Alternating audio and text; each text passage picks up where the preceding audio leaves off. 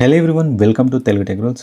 మనం thumbnails create చేసేటప్పుడు, YouTube banners create చేసేటప్పుడు ఇమేజ్లో ఉన్న అన్వాంటెడ్ ఆబ్జెక్ట్స్ని రిమూవ్ చేయడం మనకు కొంచెం ఇబ్బందిగా ఉంటుంది. సో ఒక ఇమేజ్లో అన్వాంటెడ్ ఆబ్జెక్ట్స్ని ఎట్లా రిమూవ్ చేయాలి, ఏమేమి వెబ్సైట్స్ యూజ్ చేయాలి, సో ఇలాంటి కంప్లీట్ ఇన్ఫర్మేషన్ని నేను ఈరోజు వీడియోలో ఎక్స్ప్లెయిన్ చేస్తాను. మీకు టాప్ 5 వెబ్సైట్స్ గురించి ఎక్స్ప్లెయిన్ చేస్తాను. వాటిలో మీరు అన్వాంటెడ్ ఆబ్జెక్ట్స్ని చాలా సింపుల్గా అయితే రిమూవ్ చేయొచ్చు. వీడియోని లాస్ట్ వరకు చూడండి. ఫస్ట్ వెబ్సైట్ వచ్చేసి ఫోటో రూమ్లో మనకు అవసరం లేని అన్వాంటెడ్ ఆబ్జెక్ట్స్ని ఈజీగా అయితే రిమూవ్ చేయొచ్చు. సో ఓపెన్ చేసిన తర్వాత ఈమెయిల్ ఐడితో లాగిన్ అవ్వండి. ఇక్కడ సెలెక్ట్ పిక్చర్ అనే ఆప్షన్ ఉంటుంది. దీనిపైన డబుల్ క్లిక్ చేయండి. డబుల్ క్లిక్ చేసిన తర్వాత ఏదైనా ఒక ఇమేజ్ని సెలెక్ట్ చేసుకోండి. సెలెక్ట్ చేసుకున్న తర్వాత దీంట్లో మనకు ఇట్లా ఓపెన్ అయిన తర్వాత ఇక్కడ బ్రష్ ఉంటుంది. బ్రష్ని తీసుకొని మీకు ఏదైతే ఆబ్జెక్ట్స్ రిమూవ్ చేయాలనుకుంటున్నారో దానిపైన క్లిక్ చేయండి. నేను ఈ చిన్న ఆబ్జెక్ట్స్ని రిమూవ్ చేయాలనుకుంటున్నాను. సెలెక్ట్ చేశాను. చూడండి, ఆటోమేటిక్గా రిమూవ్ అయిపోయింది. అండ్ అట్లాగే ఈ ఆండ్రాయిడ్ సింబల్ని కూడా రిమూవ్ చేయాలనుకుంటున్నాను. జస్ట్ క్లిక్ చేశాను అంతే. సో చూడండి, చాలా ఫాస్ట్గా, చాలా నీట్గా రిమూవ్ అయిపోయింది. సో ఇది టాప్ వెబ్సైట్. మనకు దీంట్లో చాలా బాగా రిమూవ్ అవుతుంది.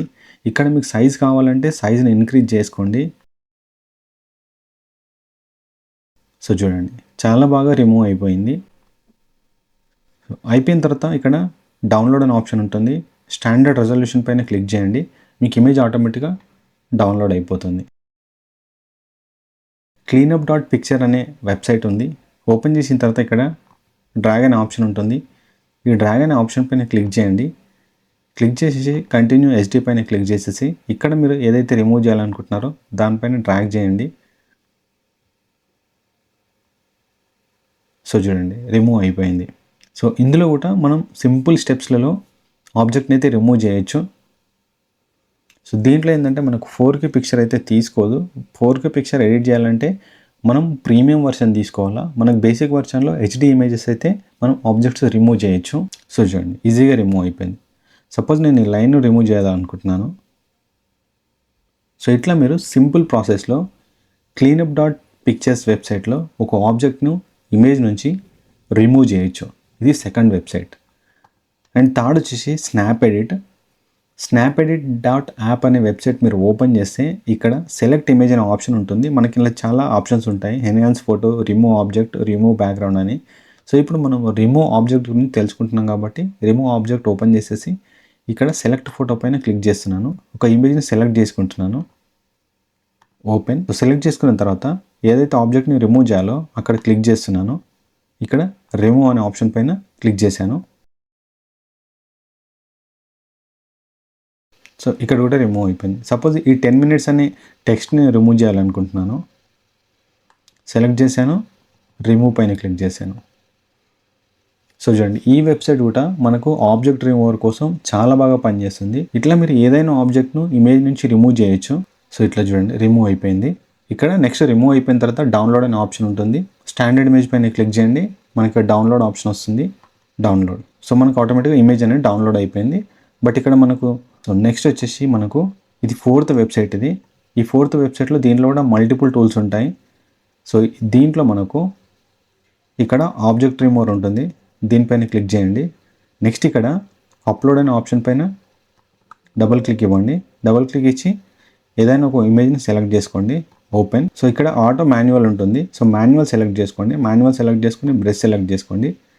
బ్రష్ సైజ్ ఇక్కడ అండ్ సెలెక్ట్ ఆబ్జెక్ట్, రిమూవ్. ఈ వెబ్సైట్లో కూడా మనం ఆబ్జెక్ట్స్ను చాలా ఈజీగా అయితే రిమూవ్ చేయొచ్చు. సో చూడండి, ఇక్కడ మనకు ఆబ్జెక్ట్ అనేది రిమూవ్ అయిపోయింది. సో అట్లా మీరు ఏది రిమూవ్ చేయాలన్నా జస్ట్ సెలెక్ట్ చేసుకోండి, రిమూవ్ పైన క్లిక్ చేయండి. సో చూడండి, ఈజీగా అయితే రిమూవ్ అయిపోయింది. రిమూవ్ అయిపోయిన తర్వాత డౌన్లోడ్ కరెంట్ ఇమేజ్ పైన క్లిక్ చేస్తే మనకి ఇమేజ్ అనేది డౌన్లోడ్ అయిపోతుంది. ఇది 4th వెబ్సైట్.